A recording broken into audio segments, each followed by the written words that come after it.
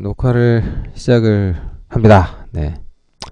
우리의 방송은 벌써 8시 시작했는데 지금 30분이 지났어요. 네. 결론은 유튜브에서 이 강의를 보시는 분들은 이 앞에 30분이 무슨 얘기가 오갔는지 됐다 궁금할 겁니다. 네. 생방송 오신 분들의 어떤 장점, 특권이랄까요? 여기 없는 내용은, 유튜브에 없는 내용을 보실 수 있는 특권이 있으신 거죠.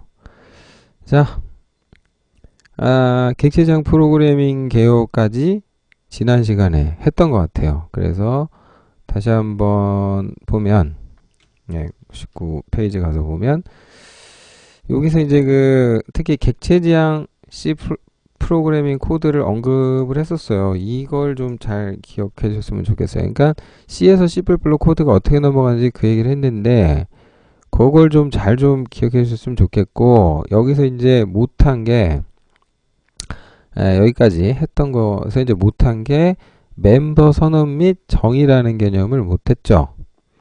근데 여기서 보면은 일단은 클래스라고 하는 것이 앞전 시간에 뭐라 그랬냐면, 일단은 이 클래스를 처음 배울 때는 이 클래스라는 게 구조체하고 거기다 함수를 집어넣은 거하고 굉장히 흡사하다라고 말씀을 드렸어요. 굉장히 비슷하다. 물론 이게 다는 아니고 여기 플러스 알파가 가야죠. 근데 이 알파 중에 여러 가지가 있겠습니다만 제일 중요한 거는 저는 접근 제어하고 그 다음에 상속이 아닐까. 이 두 가지만 좀 집어넣어 주면, 이렇게 넣어주면 구조체 더하기 함수라고 표현을 한다 해도 과언이 아닐 겁니다. 자, 그래서 일단 클래스가 뭐냐를 논할 때 이제 여기에서 보면은 얘 이제 멤버라고 부르죠. 여기에서 이제 멤버라고 제가 이야기를 했는데, 이 멤버라고 하는 것이 구조체의 그것과 굉장히 닮았어요. 다만 이 멤버는 데이터 멤버가 있고 그 다음에 함수가 있는 거죠. 이렇게. 그런데 이 특별히 펑션의 경우, 함수의 경우에는 우리가 메서드라고 불러요. 메서드쯤 읽어줘야 되는데 발음이 제가 그닥 좋지 않죠. 그래서 한국 사람들이 이거 안 되잖아요. 우리는 또 노홍철 씨 빼고. 요즘 노홍철 씨가 안 보이네요. 그러고 보니까. 자, 아무튼 이 메서드, 그래서 우리말로는 이제 메서드라고들 많이 얘기하시는데, 메서드 뭐 이럽니다. 그래서 어떤 방법론이죠. 그래서 클래스의 멤버라고 하는 것에는 크게 이 두 놈이 포함되어 있구나 라고 생각하시면 돼요.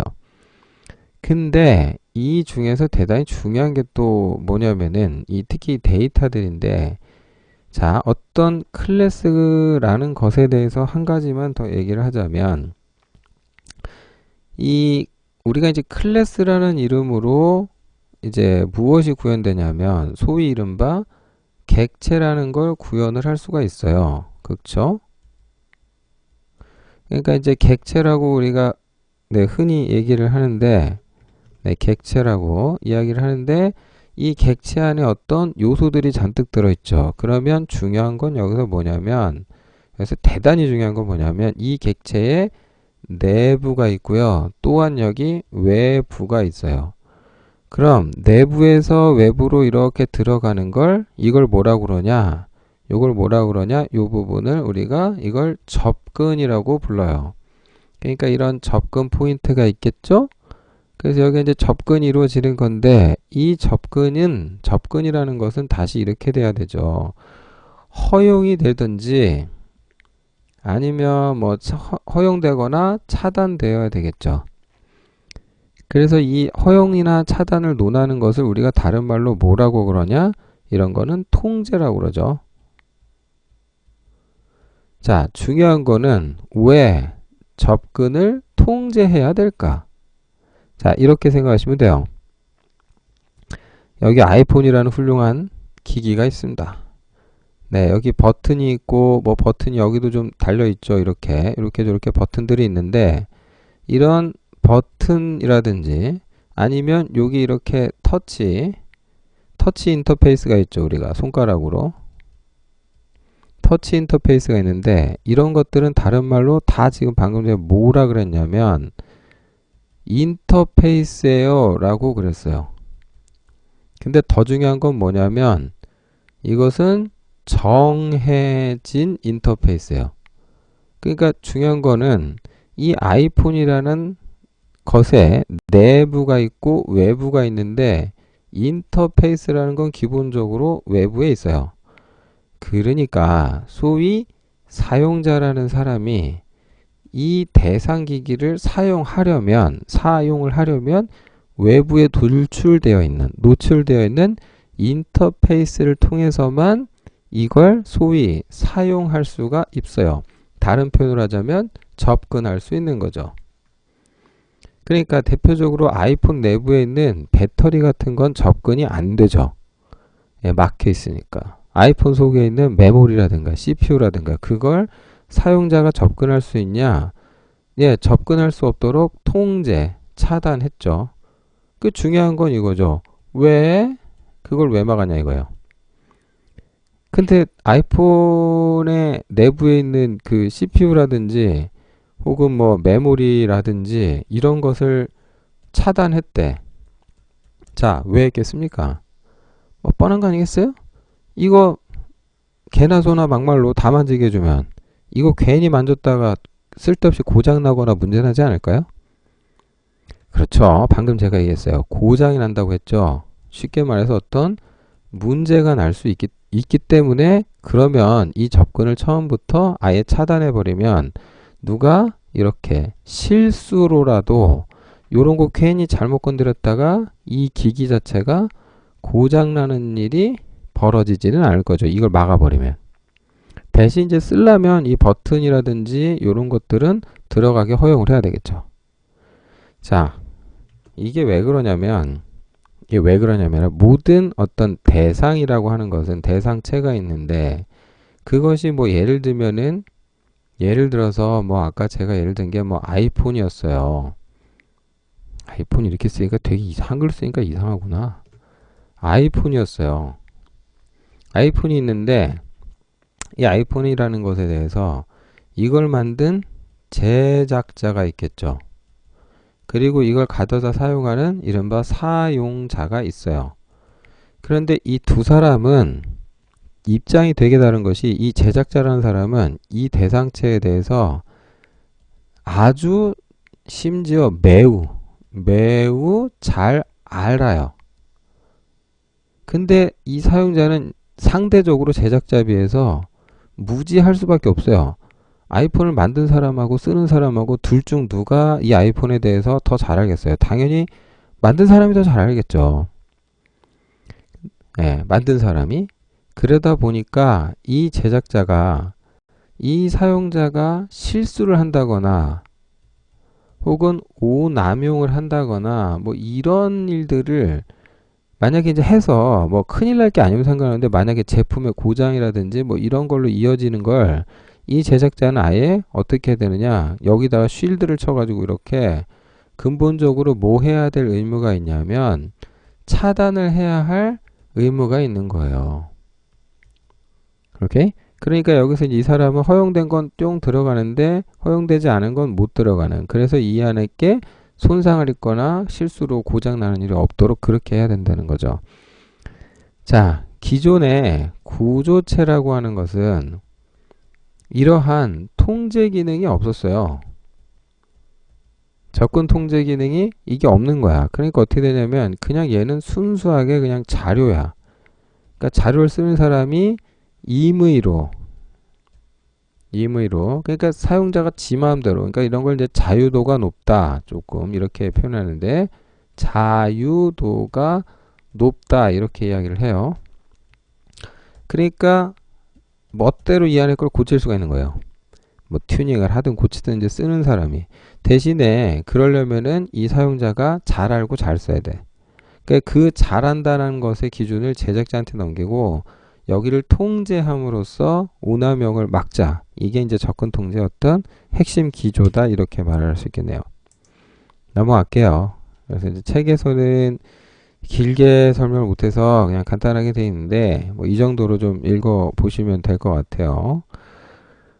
아무튼 뭐 이 정도로 참고를 하시고요. 그 다음에 여기 보면 접근 제어는 예, 그 다음에 멤버 선언 및 정의라고 돼 있는데 그 전에 이제 여기 보니까 생성자라고 하는 게 있죠. 네. 일단은 예제를 덜렁 가서 보니까 생성자라는 함수가 있는데 뭐 일단 책을 좀 가지고 계신다고 치고 건너뛰고 생성자 얘기를 좀 하자면 생성자라고 하는 함수가 굉장히 좀 독특한 함수죠. 책에서 못다한 얘기를 또 여기서 해야 되지 않겠습니까? 자, 못다한 얘기를 한다는 차원에서 이 얘기를 잠깐 할게요. 생성자라고 하는 그러니까 C++를 비롯해서 대다수의 이른바 객체 지향 형식의 프로그래밍 언어들이 있는데 이런 언어들이 대부분 뭘 지원하냐면은 클래스라고 하는 놈은 기본이고 이것에 대해서 소위 생성자하고 소멸자를 지원합니다. 얘네 둘의 정체성은 기본적으로 이제 함수인데 근데 이 함수인데 매우 얘네 둘이는 특수한 함수입니다. 매우 특수하다. 특수하다고 그러는데 뭐가 특수하냐면은 첫 번째로 호출 시점 있죠. 이게 굉장히 특이하고요. 그 다음에요. 반환 형식이 없어요. 반환이라는 개념이 없어요. 이게 시사하는 바가 있어요. 그냥 없으면 없나 보다 외우면 쉬운데 도대체 반환 형식이 없다는 게 뭘 뜻할까? 자, 여러분이 생각을 좀 하셔야 될 게 예를 들면은 인티저를 반환하는 테스트라는 함수가 있는데 매개 변수로 캐릭터 포인터를 받는 거예요. 뭐 이런 함수가 있을 수 있죠. 그러면 이런 함수를 우리는 뭐라고 부르냐면 이런 함수를 콜리 히오출 함수라고 하죠. 그러면 예를 들면 이제 메인 같은 함수에서 얘를 이렇게 콜할 수도 있어요. 그래서 얘를 이제 콜러라고 하는데 중요한 건 콜러는 이 콜리에 대해서 뭘 규정해야 되냐면 이걸 콜하려면 이 매개 변수 있죠. 그러니까 형식 인수가 있잖아요. 그 형식 인수에 대한 실인수를 규정해야지만 이걸 콜할 수가 있어요. 그러니까 콜하는데 조건이 그거예요. 콜러 쪽에서는 뭐 해라? 형식 인수를 조건해라 이거 특정하라 이거죠. 그런데 얘는 반대로 이제 뭘 해야 될 의무가 있냐? 이렇게 얘한테 콜러한테 값을 반환해야 할 의무가 있죠. 근데 이제 중요한 건 뭐냐면 이 콜이라는 행위는 어떤 시점을 혹은 이제 이 상황을 이런 것들을 특정하거든요. 누가? 콜러가. 그러니까 언제 부를지. 그러니까 절차 지향 언어니까 블라블라블라 하다가 이 시점에서 뭐 호출해라 이럴 수 있는 거거든요. 그러니까 그 시기에 얘가 반환 값이 뭐가 넘을 때까지 웨이트했다 어쩌고 이렇게 가는 게 이제 기본인데 중요한 것은 이 시점에서 그걸 호출해서 기다린다라고 제가 표현을 했어요. 그러니까 호출 시점 자체를 언제라는 걸 기술하는 게 프로그래밍이죠. 네. 근데 이게 중요한 건 뭐냐면 생성자는 아까 방금 얘기했는데 호출 시점은 어떻다? 특정할 수 있다 없다? 못해. 왜 못하냐? 생성자하고 소멸자는 소위 자동으로 호출돼요. 자동으로 호출되는데 이 자동으로 호출된다는 것이 어떤 의미이냐? 그러니까 정해진 문법에 따라 라는 말을 포함하게 되는 거죠. 그러니까 언제 불린다. 언제, 왜 불리는지 C++ 언어의 문법에 따라 이 시점이 특정돼 있어요.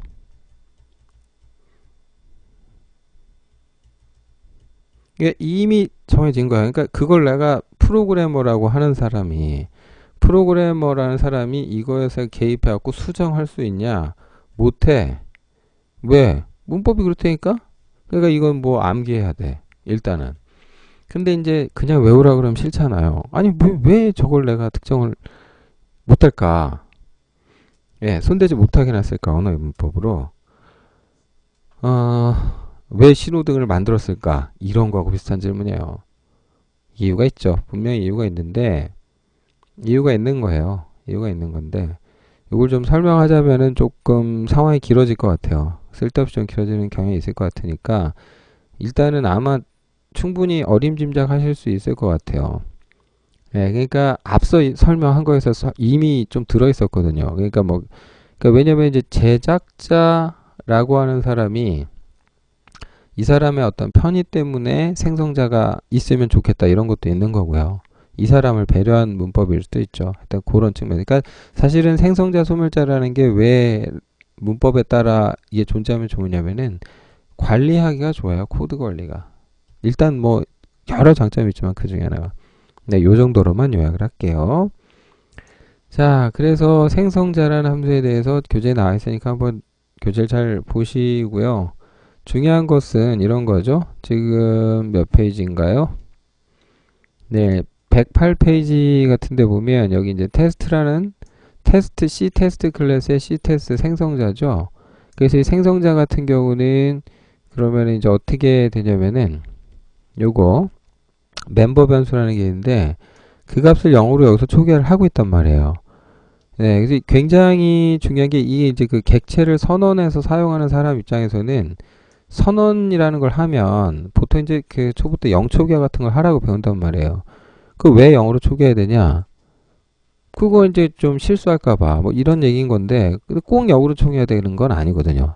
객체가 뭐 하는 놈이냐에 따라서 전혀 엉뚱한 값으로 초기화되는 것이 맞을 수도 있어요. 근데 그걸 사용자 보고 당신이 알아서 해라 이런 게 아니고 제작자가 적절한 값을 미리 집어넣어주는 알아서 채워주는 네 그런 의미죠. 그러니까 제작자가 만들어 놓은 이 코드는 사용자가 객체를 선언하는 순간에 정의하는 순간에 그때 알아서 호출돼 버려요. 그러니까 사용자는 그 객체가 어떻게 초기화될 것이냐 관리될 거냐 기본적인 걸 전혀 몰라도 돼요. 그러니까 훨씬 더 추상성이 높은 코드를 제작할 수 있겠죠. 간결한 코드를 그런 뜻입니다. 그래서 생성자는 객체가 생성될 때 자동으로 소멸자는 객체가 소멸하는 순간에 자동으로 불리죠. 자, 그래서 뭐 이런 내용들이 책에 담겨 있으니까 참고해 보시고요. 넘어가도록 할게요. 그 멤버 함수라는 거는 뭐 충분히 이해하시리라 지난 앞서 설명했으니까 다만 좀 중요한 얘기를 하나 짚고 가자면 이 초기화 목록이라는 게 되게 중요해요. 이게 C++ 코드에 C에 없는 내용이다 보니까 헷갈려 하시는데 212, 213페이지 경에 있는 요런 초기화 코드 있죠. 자, 이거 잊어버리지 마셔라. 앞전에도 했는데 한 번만 중요하니까 한 번 더 언급하자면 이게 이제 그 C 언어 같은 언어에서는 예를 들면 인티저 A를 선언했으면 0으로 초기화한다 이렇게 쓰잖아요. 그런데 이게 C++로 넘어오면은 이건 C++ 문법이 아니다. C는 어떤 게 C++ 스타일은 뭐다? 인티저 B는 0이요. 이렇게 쓰는 것이 이게 C++ 스타일이다. 이게 요거 잊지 말아라. 요게 이제 이거는 C 언어 스타일이다 그랬어요. 이렇게 그 다음에 인티저 C가 있는데 얘는 이제 B를 복사해서 생성했다 이거죠. 이렇게 그럼 B가 0이죠? 0이니까 C도 0이 되겠죠. 여기를 만약에 이제 5다 그랬으면 C도 자연스럽게 5가 되는. 재밌는 거는 이런 것도 가능하다 그랬어요. 네, 여기다 이제 이렇게 쓰는 것도 이런 것도 가능하더라. 물론 이거는 이제 변수 선언이라고 볼 수는 없는데 왜냐면 이게 이제 인티저란 형기술로 끝나는 거고 기본 형식이니까. 근데 이제 재밌는 거는 이제 이런 거죠. 생성자 이야기를 했는데 클래스 하나만 클래스 C 테스트라는 클래스 한번 만들어서 그럼 여기다가 이제 퍼블릭 여기다가 이제 C 테스트요 이렇게 함수를 하나 이러면 이제 생성자 함수죠. 네, 그러면 여기다가 이제 cout 여기서 이제 그 C 테스트 클래스의 생성자가 호출됐다는 의미로다가 이렇게 써줄게요. 이렇게 유징 안 썼구나. using namespace 써주죠. using namespace std 써주면 이제 std 생략해도 되니까 그러면은 ctest라는 클래스 객체인 a를 하나 선언만 하는 것만으로도 여기 이제 생성자가 호출되죠. 그러니까 사용자 코드에서 좀 헷갈리는 게 이게 사용자가 이제 좀 함수 호출이라는 건 없다고 생각할지 모르겠지만 아니죠. 함수 호출이죠. 그리고 되게 중요한 것이 하나 있는데 이게 여기다가 제가 이 메인 함수가 시작되는 지점 앞에다가 여기다가 이제 begin of main 그럴까요? 그런데 메인 함수가 시작되는 지점이잖아요. 이렇게 썼는데 그러면은 생성자 함수라는 건 언제 호출되냐면 메인 함수가 불렸으니까 그 다음에 이 객체가 선언됐죠. 그러니까 얘가 호출되겠죠. 근데 이제 재밌는 거는 이걸 만약에 제가 이제 메인 함수 스코프 바깥에다 이렇게 뺄게요. 이러면 이제 전역 변수라고 우리 흔히 얘기를 하는데 이렇게 돼버리면은 결과가 좀 재밌는데 뭐가 재밌냐면은 ctest의 생성자가 메인 함수보다 먼저 호출돼 버려요. 이게 굉장히 중요한 겁니다. 이거 진짜 잘 알아놓으세요. 책에 어디다가 제가 써놨는데 기억이 안 나네. 어디다 썼는지. 근데 하여튼 정말 절대 잊어버리시면 안 되는 내용이에요. 메인 함수보다 생성자가 먼저 호출될 수도 있어요. 그러니까 이 말은 결론은 뭐냐면은 이렇게 되죠. C 언어 때 배운 고정관념 중에 하나가 C 언어에서 고정관념 중에 하나가 그 메인이라고 하는 함수는 여기가 하여튼 시작점이라고 배웠어요. 모든 프로그램은 여기서 시작된다고. C++도 비슷한 논리가 적용돼요.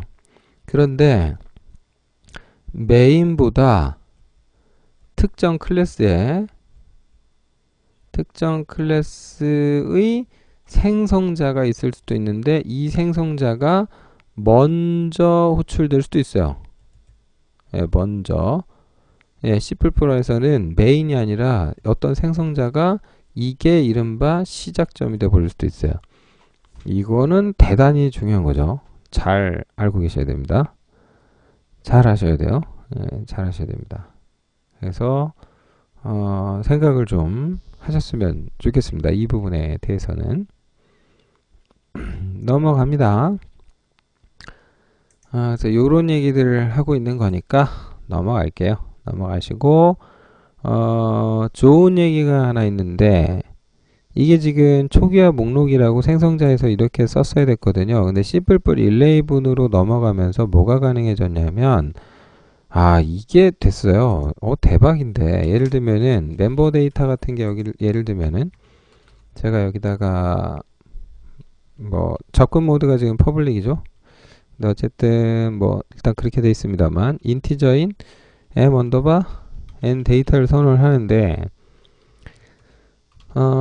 m n 데이터에다가 만약에 여기다가 뭐 0을 넣어서 초기화합니다 이렇게 쓸 수 있어요. 그럼 이 안에 들어있는 값은 이제 0으로 객체가 생성될 때 이 값 자체가 이제 0으로 초기화 되겠죠. 근데 이제 중요한 건 이걸 꼭 여기다 썼어야 됐냐는 거예요. 이 매번 귀찮았거든요 사실은. 근데 지금은 C++11이 되면서 여기에 이렇게 쓸 수 있는 여기다가 0이라고 쓰면 되는 이런 형태로 바뀌었어요. 그래서 지금 이렇게 쓰는 게 이거는 이제 C++11 스타일이에요. 이게 여기다가 초기 값을 직접 써도 돼요. 이제는 그냥 굳이 그러니까 이거를 이렇게 써놓고 여기다 쓰나 아니면 여기다가 이렇게 쓰나 아니면 이렇게 해놓고 여기다 쓰시나 여기서는 이제 이퀄 연산자를 못 쓰니까 이렇게 쓰나 똑같아요. 이 셋 중에 뭘로 하시더라도 결과는 같은데 문제는 이제 중요한 거는 문법상 여기는 실행 전에 초기화에 해당되는 거고 여기는 이제 생성자 함수가 호출됐을 때 이런 게 실행되는 거죠. 의미가 좀 다른데 이건 문법으로 존재하는 초기 값인 거고 이거는 이 함수가 콜될 때 이때 실행됨으로 초기화돼요. 이건 이야기가 좀 다른 거니까 구별을 하신다면 더 좋겠네요. 넘어갑니다. 그래서 접근 제어 지시자에 대한 이야기까지 쭉 한 것 같아요. 제가 아이폰 가지고 예를 들어놨는데 한번 읽어보시고요. 특히 제가 이런 걸로 설명을 해놨으니까 한번 좀 보시면 좋을 것 같아요. 접근 제어는 일단 넘어가겠습니다. 충분히 좀 설명이 된 것 같아요. 자, 생성자하고 소멸자 함수도 싸잡아서 갔죠. 싸잡아서. 자, 생성자와 소멸자. 생성자는 객체가 생성될 때, 소멸자는 소멸할 때 부른다. 중요한 건 뭐냐면 객체가 언제 소멸하냐는 건데 요걸 안 했어요. 요것만 좀 하면 될 것 같은데 여기다가 제가 요거 생성자죠? 근데 여기다가 소멸자 함수를 하나 똑같이 하나 만들어 보면 이건 이제 객체 여기 앞에 tilde를 붙이면 소멸자가 되죠. 그러면 이제 소멸자에서 뭐 초기하고 이런 개념이 없으니까 그래서 여기다가 이제 소멸자가 불렸으니까 소멸자 불렸다고 제가 이렇게 한번 써 볼게요. 써 보는데 중요한 거는 이놈을 제가 지금 전역 변수로 빼놨는데 도로 끌고 들어오고요. 그 다음에 여기다가 이제 begin이 아니라 end라고 제가 이렇게 써볼게요. 그러면은 이게 좀 재밌는데 왜 재밌냐면 자 이거 정말 중요합니다.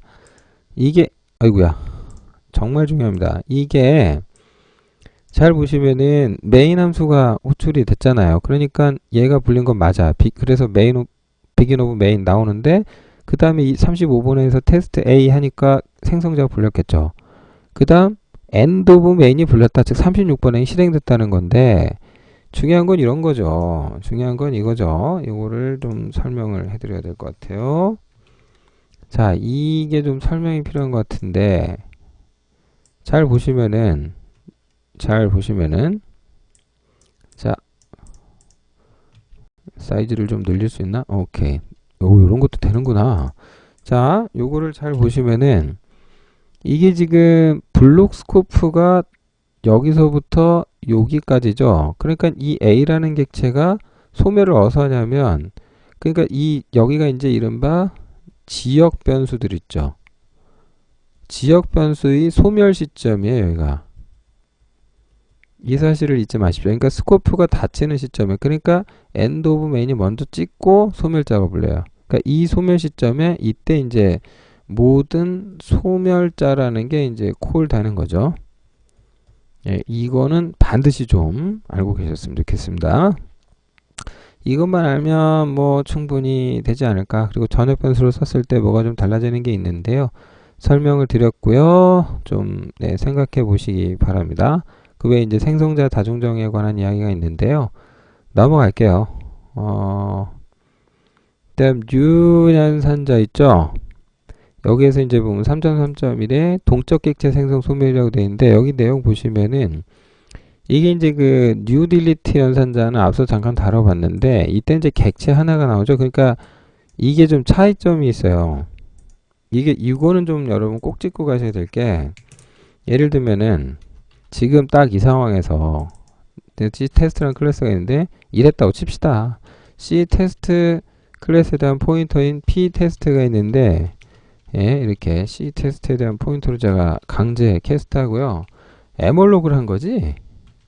에몰로그를 해서 사이즈 오브 뭐 이랬다고 하자고. 그러니까 여기다가 C 테스트라는 클래스 뭘 담을 만한. 그래서 프리도 좀 할까요?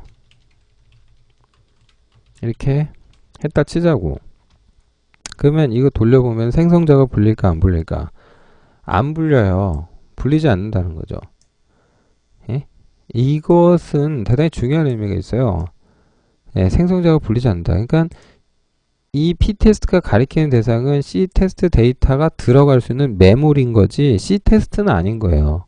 무슨 말인지 아시겠어요? 그 차이가 그렇게 돼요. 하지만 이건 얘기가 달라요. C테스트에 대한 포인터인 P테스트다 이래놓고 new C테스트 이래버리면 실제로 C테스트 클래스의 인스턴스가 생겨난 거죠. 그래서 delete P테스트 이렇게 수행하시게 되면 저 때는 소멸자 이름이 같군요. Pnew 네, 이름을 좀 바꿔야죠. 뭐 꼭 바꿀 필요는 없는데 선언을 해버렸으니까 이럴 때는 생성자 소멸자가 불린단 말이에요. 이 시점에 생성자 불리고 이때 소멸자 호출되죠. 그러니까 이게 그 인스턴스냐 아니면 그 인스턴스를 담을 수 있을 정도의 충분한 메모리의 크기냐 그 둘은 다른 말이죠. 다른 말이죠. 뭐 충분히 이해하시리라고 생각합니다. 넘어가겠습니다.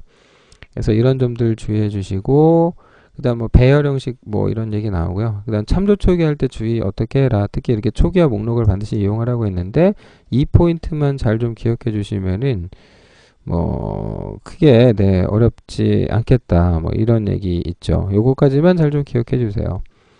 그 다음에 생성자 다중정의 부분은요. 일단 잘 읽어보세요. 읽어보시는데 문법이 어려운 건 아니에요. 그냥 뭐 이건 이렇거나 저렇거나 아 그래 뭐 하고 넘어가시면 돼요. 네, 이런 건 좀 잘 알아두셔야 되는데 진짜 중요한 건 뭐냐? 변환 생성자. 여기 이제 4.2.1 변환 생성자 여기가 이제 되게 중요해지죠. 네, 요건 잘 알아놔야 돼요. 이 진짜 잘 하셔야 돼요. 이거는 이거 모르면 진짜 많이 고생하게 돼 있어요. 이건 그때 가서 자세하게 설명하기로 하고 아직은 좀 다루기가 이른 것 같습니다. 자, 강의 중에 이제 한 분이 질문하셨는데 뉴로 생성한 걸 딜리트로 안 주면 어찌 되나요? 라고 하셨습니다. 에몰록을 했는데 풀이 안 한 거랑 똑같습니다. 그 이상의 문제가 나겠죠. 적어도 최소한 에몰록 한 걸 풀이 안 한 정도의 문제 혹은 그 이상의 문제가 나게 돼 있습니다. 당연한 그 정도로 이해하시면 될 것 같아요. 자, 그리고 요게 좀 재밌죠? 명시적 디폴트 생성자라고 하는데 이 명시적 디폴트 생성자라는 말이 이게 C++11부터 또 생겨난 거예요. 그래서 이 디폴트라는 예약어가 좀 재밌었어요. 그래서 어디다가 선을 하게 되냐면 요런 게 이제 그 매개 변수가 없고 함수의 이름이 클래스의 이름과 같고 반환 형식이 없는 그러니까 생성자인데 매개 변수 없는 게 디폴트 생성자죠. 근데 그런 것들을 선언할 때 이렇게 거기다 대고 명시적으로 이렇게 디폴트라고 써주시잖아요. 그럼 뭘 안 해도 되냐면 이게 이렇거든요.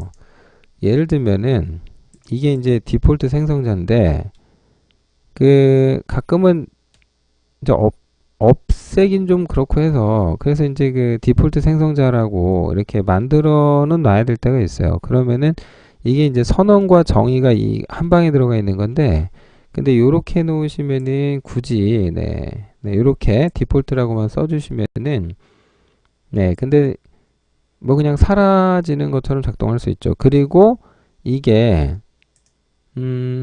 여기에서 지금 설명을 해놨는데 요런 식으로 여기 보니까 이게 지금 퍼블릭 디폴트 생성자죠. 그럼 보통 이렇게 바깥에 이렇게 선을 뺀단 말이에요. 그러니까 이거는 선언이고 이건 정의죠, 정의. 근데 내용이 없잖아요. 근데 문법 때문에 이렇게 하는 거거든요. 물론 이제 이 안에다 써도 되고. 근데 이게 상당히 좀 귀찮아요. 굉장히 귀찮은데 그걸 지워버릴 수 있는 거 이렇게 한 줄만 딱 써버리면 되니까 그렇게 돼 있는 걸 이렇게 딱 써버리면 선언과 정의가 동시에 한 방에 끝난다. 그래서 불필요하게 문법 때문에 남겨놔야 될 경우가 있는데 그럴 때는 이거 한 방이면 끝나니까 진짜 훌륭하죠. 그래서 좋으니까 참고하시고요. 다만 의도적으로 디폴트 생성자를 안 만들 때가 있어요. 그럴 때는 주성문처럼 아예 그냥 이렇게 디폴트 생성자죠. 근데 그거에다 대고 딜리트라고 선언해 주시면은 얘는 없어졌다 이렇게 선언할 수 있죠. 자, 그래서 메서드라는 얘기도 나오는데 역시 뭐 주저리주저리 설명이 돼 있어요. 잘 한번 읽어보시고요. 디스 포인터 이야기를 좀 해야 할 게 있는데 요 얘기는 조금 쉬었다가 하는 것도 좋을 것 같아요. 이 디스 포인터를 다들 어려워하시니까 뭐 일단 여기서 한번 끊고 가야 되지 않을까라는 생각이 드네요. 자, 혹시 여기까지 질문 있으신가요? 디스 포인트는 좀 디테일하게 들어가야 돼서 질문 있으면 하십시오. 자, 책에서는 디스 포인터에 대해서 좀 약하게 돼 있는데 우린 또 강의를 하는 거니까 메모리 쫓아가야 되거든요. 자, 여기까지 질문이요. 질문이 있으십니까? 기니디리님, 에몰록으로 메모리 잡아도 클래스 사용은 되느냐? 그렇게 참조해도 되긴 돼요. 그렇게 참조해도 되긴 되는데 문제는 뭐냐면 이게 에몰록으로 메모리를 확보해가지고 그래놓고 이거를 클래스의 객체 인스턴스라는 개념으로 참조하겠다라는 게 중요한 건 뭐냐면 그렇죠. 이 클래스의 생성자라고 하는 게 있죠. 그럼 이 생성자 쪽에서 여기에다 대고 어떤 뭐 에물록이 반환하는 메모리가 있을 거 아니에요. 이 메모리에 대해서 이 생성자 쪽에서 어떤 내부 코드에서 이제 초기화 작업을 할 텐데 이 초기화 작업을 이 에물록을 호출한 즉 사용자 쪽에서 적절히 해준다면 뭐 접근을 그렇게 해서 써먹는 건 상관없습니다. 사용이 되긴 되는데 절대 권장하지 않고 하지도 할 생각도 하지 마시라고. 절대 좋지 않아요. 절대로. 그 나중에 크게 후회하게 돼 있어요. 그렇게 해놔봤자 진짜 많이 후회하게 돼 있어요. 자, 그래서 지금 뭐 보여드리자면 이럴 수 있는 거거든요. 여기 보면 여기 m_n 데이터밖에 없는 인티저 한 개짜리잖아요. 그럼 이런 거 솔직한 얘기로 이제 사이즈 오브에서 출력을 해보면 예? 이렇게 사이즈 오브 해가지고 이거 출력을 해보면 C테스트 클래스에 대해서 그건 지금 얼마밖에 안 나오냐면 크기가 4바이트밖에 안 나와요. 왜 4바이트밖에 안 나오냐? 멤버 이거 하나밖에 없으니까. 근데 가끔 이거 크기가 얼마나 할까 그러면 고민하시는 분들이 있는데 이런 함수들이 있잖아요. 그걸 기계어로 번역했을 때 얼마가 되지? 막 그러시는 경우가 있는데 그거는 크기에 안 잡힙니다. 이런 것들은. 그래서 크기는 데이터만 잡혀요. 사이즈 오브 했을 때. 그러니까 그렇게 따지면은 이게 이제 재미있는 거죠. 이게 C 테스트 클래스에 대한 포인터인 P 테스트 해놓고 이렇게 에몰록을 했다 쳐요. 이렇게. 그러니까 사이즈 오브 C 테스트 이렇게. 그래놓고 뭐 풀이 할 수 있겠죠. 이런 식으로. 좋은데 이제 문제는 뭐냐면 이때 P 테스트의 멤버인 m_n 데이터를 찍으면 이게 이제 얼마로 나올 거냐 이거예요. 이게 얼마가 나올 거냐인데 지금 당연히 이제 그 쓰레기 값이 나오겠죠. 예, 뭐 이상한 값이 나올 거예요. 그죠? 근데 이제 이렇게 해놓고 뭐 이걸 초기화를 했다 이거지. memset 같은 함수를 이용해서 p 테스트를 뭐 0으로 초기화를 잔뜩 한 거죠. 이렇게 사이즈 오브 c 테스트 이렇게 접근하시면은 그럼 뭐 잘 되겠죠. 뭐 0이잖아요. 그러니까 예를 들면은 여기다 메서드를 하나 만들어 가지고 예, 프린트 데이터 같은 거 하나 만들까요? 이렇게 매개 변수 없고 여기 내부에서 cout 해가지고 m_n 데이터를 출력하도록 했다고 치자고요. 이렇게 예, 이렇게 그러면은 여기서 제가 일어나는데 이러지 말고 여기서 이제 p 테스트에다가 이렇게 찍는다고 해도 뭐 잘 나올 거예요. 0이라고. 근데 이게 적절하냐 이거죠. 적절하냐.